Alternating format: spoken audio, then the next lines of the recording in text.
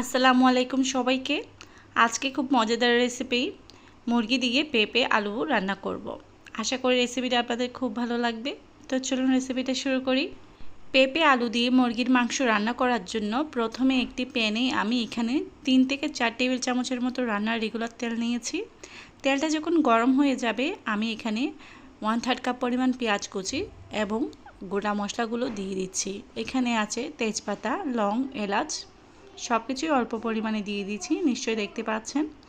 এবার পেঁয়াজটা আমি হালকা আছে কিছুক্ষণ ভেজে নেব, হালকা ব্রাউন কালার হলেই হয়ে যাবে।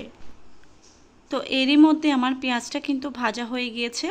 এবার আমি এখানে দিয়ে দিচ্ছি 2 টেবিল চামচ রসুন বাটা, দিয়ে দিচ্ছি 1 টেবিল চামচ পরিমাণ আদা বাটা।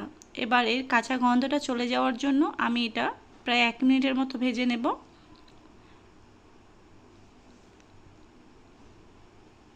এখন দিয়ে দিচ্ছি স্বাদ অনুযায়ী লবণ, 2 চা চামচ একদম উঁচু করে আমি লাল মরিচ দিয়েছি, হাফ চা চামচ হলুদের গুঁড়া, 1 চা চামচ ধনিয়ার গুঁড়া এবং 1 চা চামচ জিরার গুঁড়া দিয়ে মশলাটা আমি মিশিয়ে নিচ্ছি।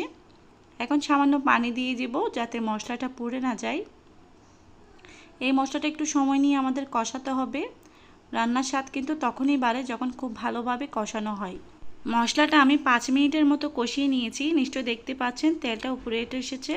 দ্যাট মিন্স মশলাটা খুব ভালো করে কষানো হয়ে গিয়েছে। এখন আমি এর মধ্যে দিয়ে দিচ্ছি হাফ কেজি পরিমাণ মুরগির মাংস। হাফ কেজি থেকে একটু বেশি হবে। প্রথমে এই মাংসটাকে মশলার সাথে খুব ভালো করে কষিয়ে নিচ্ছি, খুব ভালো করে মিশিয়ে নিচ্ছি। মিশিয়ে নেওয়া হলে ঢাকনা দিয়ে ঢেকে আমি প্রায় 5 মিনিটের মতো মাংসটা কষিয়ে নেব। ঢাকনাটা তুলে নিচ্ছি। তো 5 মিনিটের মতো মাংসটা আমি কষিয়ে নিয়েছি। এই পর্যায়ে আমি এর মধ্যে এখানে দিয়ে দিব আলু এবং পেঁপে। আলু এবং পেঁপে একসাথে দিচ্ছি, সবগুলো মাংসের সাথে একসাথে সিদ্ধ হয়ে যাবে। এক্ষেত্রে আমি আগে থেকেই পেঁপে সিদ্ধ করে রাখিনি, আসলে এটার কোনো প্রয়োজন নেই, একসাথে দিলেই কিন্তু সব কিছু একসাথে সিদ্ধ হয়ে যাবে।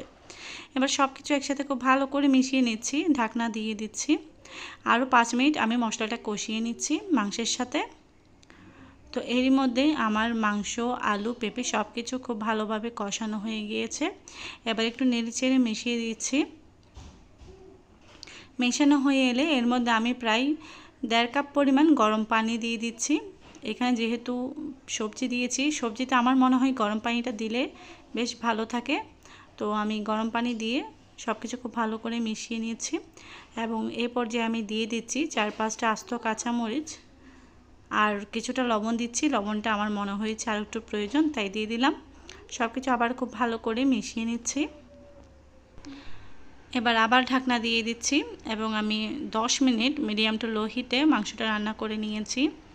তো আমার মাংস, আলু এবং পেঁপে খুব ভালোভাবে সিদ্ধ হয়ে গিয়েছে।